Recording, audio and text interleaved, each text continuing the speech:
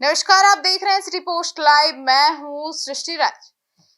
अख्तरुल इमान के इफ्तार पार्टी में पहुंचे नेता प्रतिपक्ष तेजस्वी यादव। जी हां, एआईएमआईएम के प्रदेश अध्यक्ष अख्तरुल इमान ने आज शाम इफ्तार पार्टी रखी थी और इस इफ्तार पार्टी में तेजस्वी यादव भी नजर आए और साथ ही आईपी गुप्ता भी दिखे। हालांकि आईपी गुप्ता तो लगातार एआईएमआईएम के विधायकों के साथ मुलाकात कर रहे हैं, वो वैसी साहब से मिलने हैदराबाद तक पहुंच गए थे।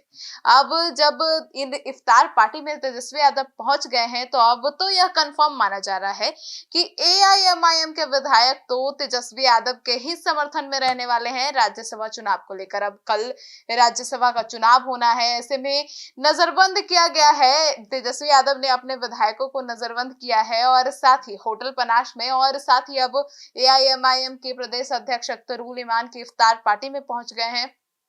तो कहीं ना कहीं अब एआईएमआईएम के जो विधायक हैं ये तो तेजस्वी यादव के साथ ही रहने वाले हैं, लेकिन बसपा के विधायक को लेकर अभी भी चर्चाएं आ रही है कंफर्म। हालांकि हम सिटी पोस्ट लाइव इन तमाम खबरों की अभी पुष्टि नहीं करता है, क्योंकि अभी राजनीतिक गलियारों में कई खबरें चल रही है। तो बसपा के विधायक को लेकर ऐसी खबरें आ रही है कि वो खेला कर सकते हैं, वे एनडीए के साथ जा सकते हैं, एनडीए का समर्थन कर सकते हैं।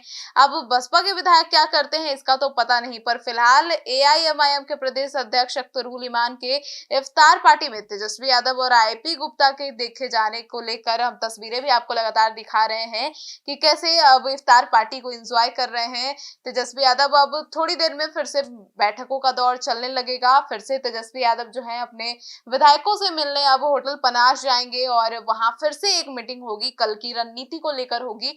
और दूसरी तरफ एनडीए भी जोरों शोरों से अपनी रणनीति बनाने में जुटा हुआ है और लगातार बैठकों का दौर जारी है। कभी सम्राट चौधरी के घर, कभी लेसी सिंह के घर, कभी उपेंद्र कुशवाहा के घर, तो तमाम बड़े बड़े नेता मंत्रियों के घर पर बैठकें का दौर जारी है। कल राज्यसभा का चुनाव होना है और अब एनडीए की जो बैठक है वो होने जा रही है और उसमें नीतीश कुमार भी शामिल होंगे। अब देखना होगा कि आखिर अब एंड मोमेंट पर क्या होता है और क्या खेला होता है, यह भी देखना काफी दिलचस्प होगा। फिलहाल आपको बता दें एक बार फिर से, एनडीए को 4 सीटों पर जीत पूरी तरीके से पूर्ण बहुमत के साथ मिल जाएगी, क्योंकि उतने विधायक उनके पास हैं। 5वीं सीट को लेकर 3 सीटें कम रही है, 3 विधायक की जरूरत है, 3 वोटों की जरूरत है। तो अब 3 विधायकों का इंतजाम करना है अब एनडीए को। वहीं दूसरी तरफ आपको बता दें कि महागठबंधन को लगभग 26 सीटें हैं हमारे पास, ये आरजेडी को 6 सीटें हैं, कांग्रेस को और भी 1 सीटें हैं आईपी गुप्ता को लेकर। अब कुल मिलाकर फिर एआईएमआईएम के पास 5 सीटें हैं, बसपा के पास 1 सीटें हैं। कुल मिलाकर अगर सभी के सभी विधायक आरजेडी के जो उम्मीदवार हैं एडी सिंह, उनको वोट करते हैं तभी एडी सिंह जीत पाएंगे। अगर एक ने भी खेला किया तो मामला बिगड़ जाएगा। वहीं दूसरी तरफ महागठबंधन को कि अगर 2-3, क्योंकि कांग्रेस के तो 3 विधायकों को लेकर लगातार अटकलें जारी है कि वे नाराज चल रहे हैं, बैठकों में नहीं दिख रहे हैं, तो वो खेला कर सकते हैं। अब 3 विधायकों की ही जरूरत भी है, लेकिन बसपा के विधायक को लेकर भी राजनीतिक गलियारों में नई चर्चा छिड़ गई है।